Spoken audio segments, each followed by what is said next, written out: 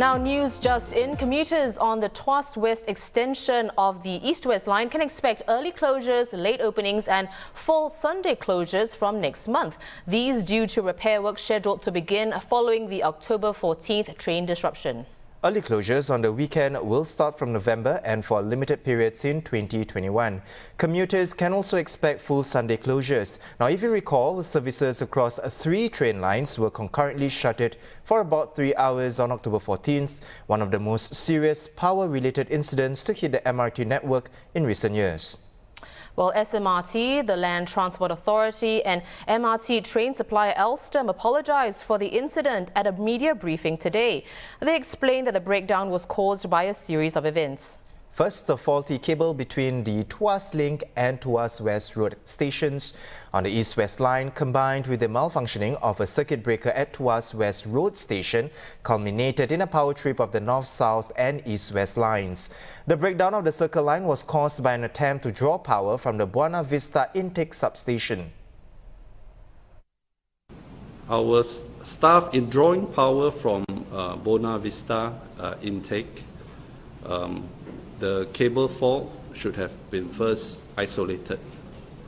But our power staff misread the graphics display and thought that the fault had been isolated and proceeded to take power, draw power from the Buona Vista intake. That caused a trip on the Circle line. The power staff and his supervisor has been suspended from their duties. They will be required to undergo retraining and recertification before they can resume duties. Well, Alstom has committed to replacing all cables and trip coils along the affected stretch, which it will also pay for. LTA called the exercise a preemptive changeout. Deputy News Editor Royston Sim was at the briefing and he joins us now to share more. Royston, the details in today's report differ from SMRT's preliminary findings about 2 weeks ago. Hi, Haranto. We basically found out more today than what we did 2 weeks ago, so it's basically an elaboration. So in the previous preliminary findings, we knew that, for instance, there was an insulation fault on a power cable and that the circuit breaker had failed. What we found out today is that the circuit breaker failed because there was a trip coil, which is a component within the circuit breaker, that had also malfunctioned. So as a result, so what's supposed to happen is when there's a power fault with the cable, the circuit breaker is supposed to isolate the fault between the relevant stations, in this case Tuas Link and Tuas West Road. But because the trip coil was faulty, the circuit breaker didn't work, and as a result, the secondary protection mechanism kicked in, and thus a much larger sector was affected. And so that covered the Tuas West extension. It extended all the way to Queenstown and also from Jurong East up to Woodlands. And that's because the secondary protection kicked in and it affected a much larger stretch. The other thing we also know and found out from the briefing today is that after this initial fault, what SMRT tried to do was to draw in power from the Buona Vista substation to try and recover service more quickly. And so what happened was that they had a staff member and also a supervisor go down to the substation. And what these staff members were supposed to do was to ensure that the fault was isolated before they started the process to draw power over. But they basically had an error. They made an error. It was a human error. They failed to notice on the display panel that actually the fault was not isolated. As a result, when they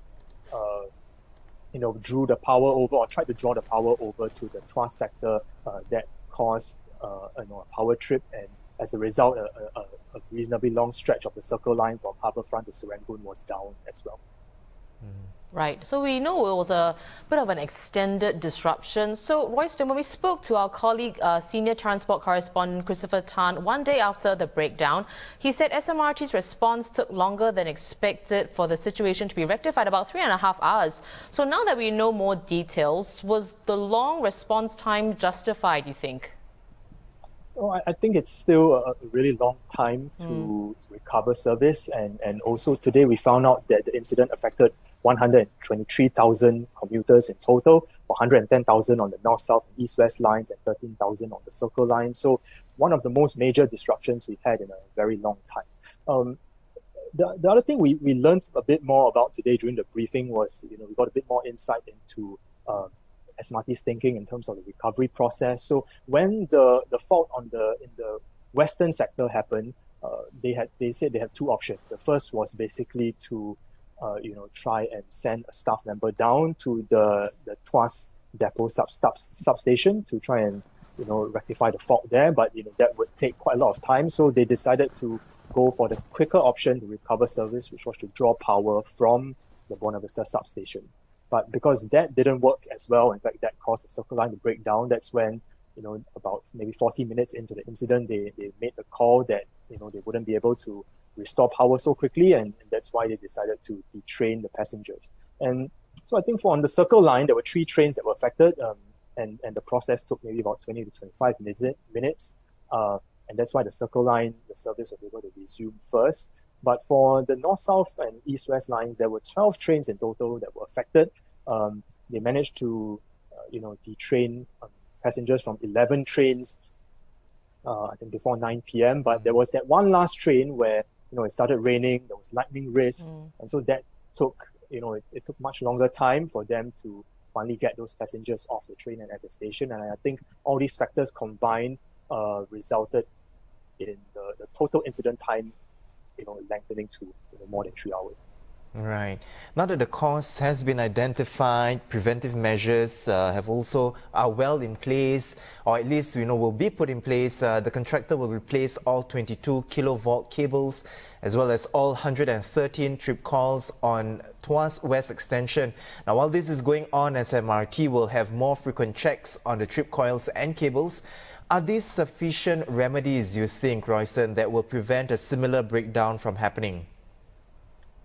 I think it definitely will help. I think this we learned today that this fault, that occurred, like for example, the trip coils that had never happened before, and that you're supposed to, as per the maintenance specifications, you're supposed to look at it once a year. So now that they are upping the frequency of the checks, I think that will help to make sure or try and prevent similar incidents from happening. The other thing to note is that in replacing the power cables, they aren't replacing it like for like. They are replacing it with higher specification cables, so cables with thicker insulation. So that should prevent a similar insulation fault from happening, where you have the cables fraying and a power fault occurring.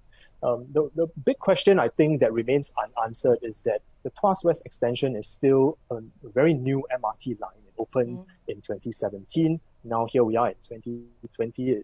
We're barely 3 years on, and yet we have these faults happening, and I don't think they have managed to find out exactly what is the cause behind these cables fraying. So it's a good measure to replace all the cables, and that should help prevent a repeat occurrence. But I think the other thing that needs to be done is to find out the root causes behind why the power cables failed in the first place. Because this is a very new MRT line. You wouldn't think that this happens so early in the life cycle of the line. Right. Well, food for thought there, Royston. Thank you so much for joining us. That was Royston Sim, Deputy News Editor for the Straits Times.